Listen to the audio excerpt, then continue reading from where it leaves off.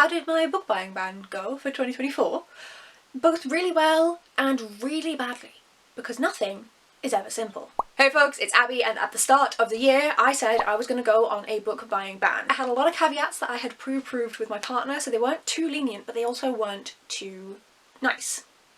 And unfortunately, they were both great and awful. Let's just dive into how badly this went, because it did not achieve the aim that I wanted to achieve. Unfortunately. What was the aim? To reduce my physical TBR. It was at somewhere around 190 books at the start of 2024, and that was too much for me personally. I know some people love a huge TBR, I would like it smaller. And so that was my entire point of this, was to reduce the number. Did it happen?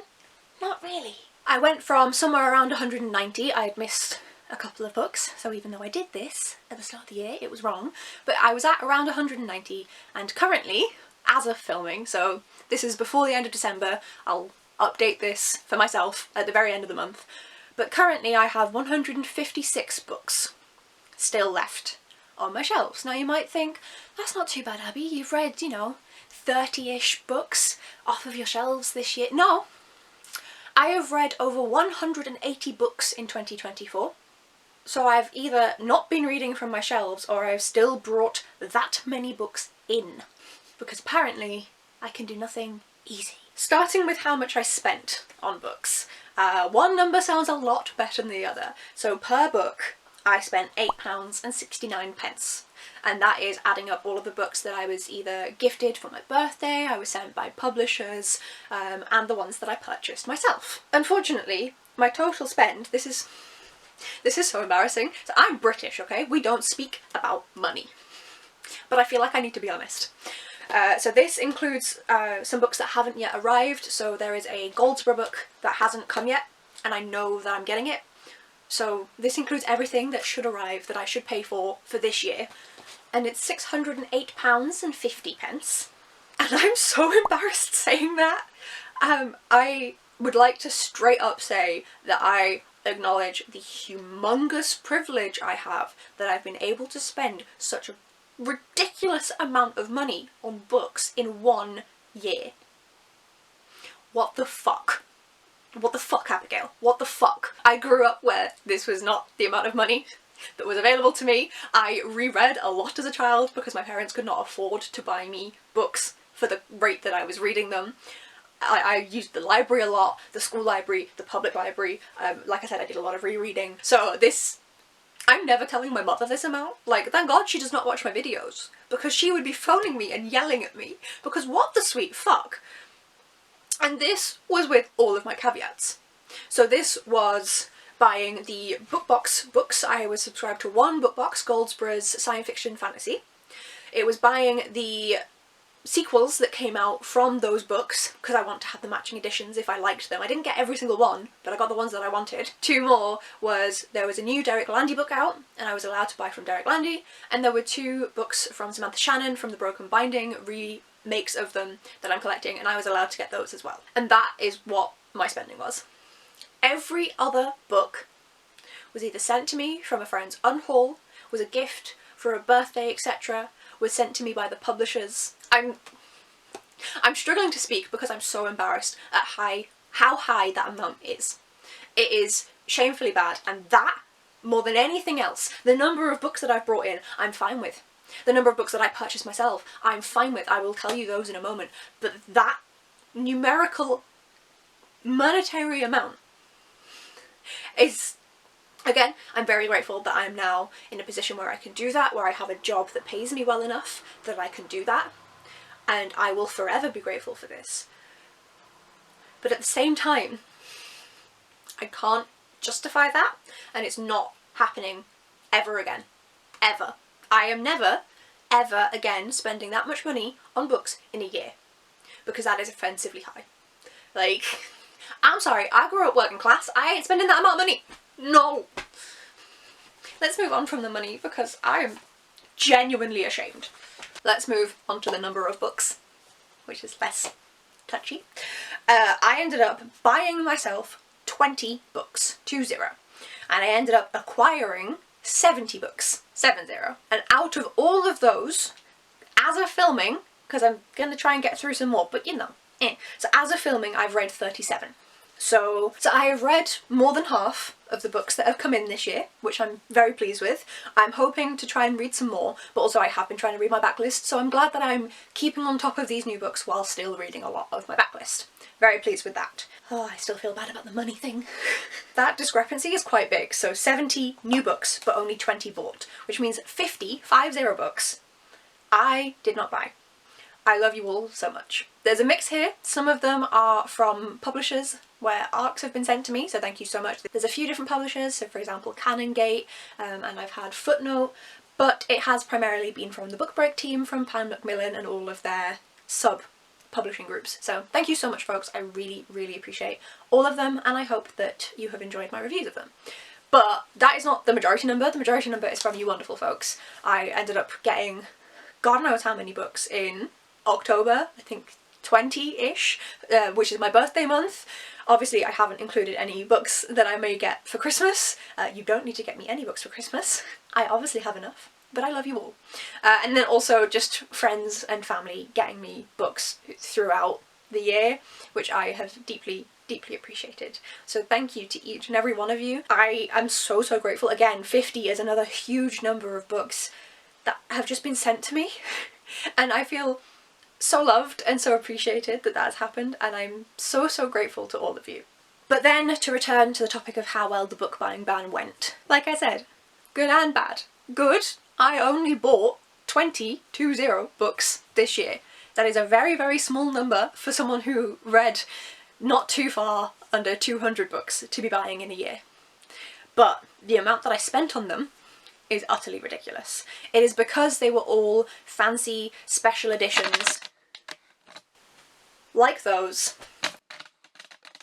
with their gorgeous edges and their fancy shiny stuff on the hardcover and their special edition dust jackets, and they're signed and they're first editions, and it's not that they're not worth it, but it's also that I do not need to be spending that amount on 20 books. That makes it even worse. This is apparently the panic about money corner, because how did I spend 600 motherfucking British pounds on 20 books? I'm aware that this is all my fault, but also book boxes be having the audacity to charge ridiculous amounts. Breathe, breathe, breathe. I think that every single one of the books that I bought this year, I think, was a special edition, because even the Skullduggery Pleasant one was a special edition from Waterstones, and that was the cheapest one out of them all. I have made a decision for myself that I am going to be cancelling Goldsborough if they let me. I'm going to let myself get the December one. Like I said, I've included that in these stats already, but I'm going to allow myself to get the December book, and then I am cancelling my Goldsborough subscription. So the only other books that I would be getting that would be special editions will be the Skullduggery Pleasant ones, and they're just the special editions that Waterstones does, the Samantha Shannon ones, and then any sequels. I don't think there's too many sequels floating about. I think there's maybe somewhere between 5 and 10 overall that will come out over the next year, 2 years, 3 years. So hopefully that then will mean that the number that I bring in is massively reduced, and I am going to actually make an active decision for each and every one of them if I want them. But that's going to be it for me and special editions, other than series where I've already started it. I love them. I love them. They are gorgeous. They are beautiful. I don't need them. I need to be realistic. Like, whilst I still can't get over that amount, whilst I am lucky enough that I can afford to spend that amount on books, which, dear God, am I middle class? I am. Oh. Whilst I can afford to spend that amount on books, and I'm very grateful for that, and slightly concerned about my class change, I don't need to. I do not need to be spending this amount on books. Whilst I'm glad that I have been supporting authors, I can do so without spending such a ridiculous amount, because I could put that money towards other things, like a car, like a house. I could donate it to important appeals rather than spending it on books. So that's my thing, is like, I think I'm going to stop my book buying ban in 2025, but I don't feel the urge to buy loads of books anyway.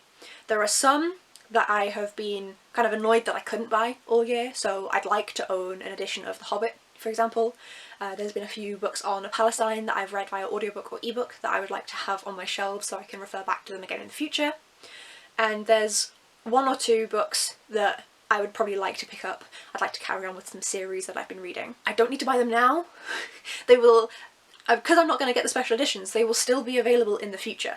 They are likely to continue to be published. I can purchase them anytime, so I can get through these books first. If I see them discounted, secondhand, then I can pick them up, but I will not be trying to. The book buying ban was simultaneously a success and a huge failure. I somehow only reduced my TBR by 30 books and also brought in 70 but only bought 20 of them but spent that horrendous number on them.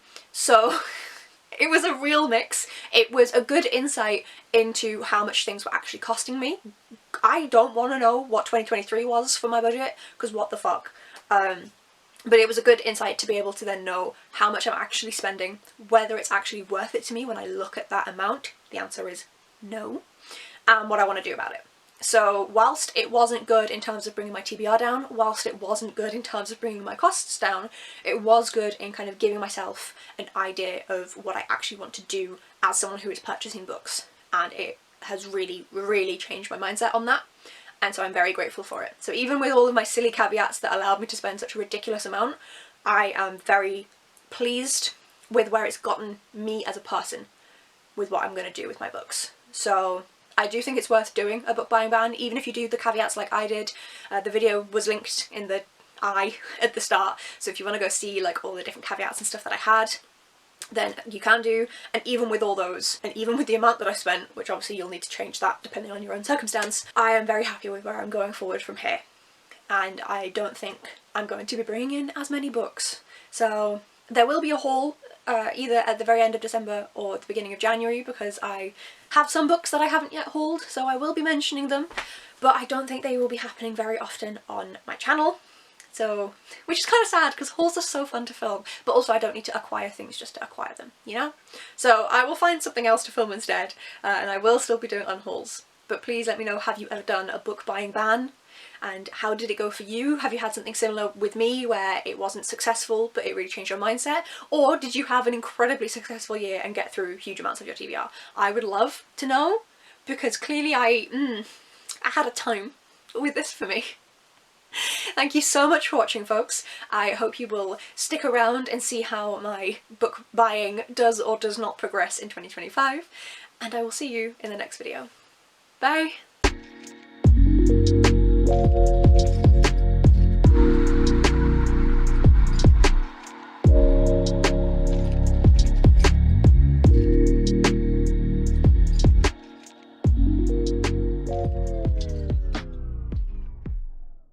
£600, what the fuck?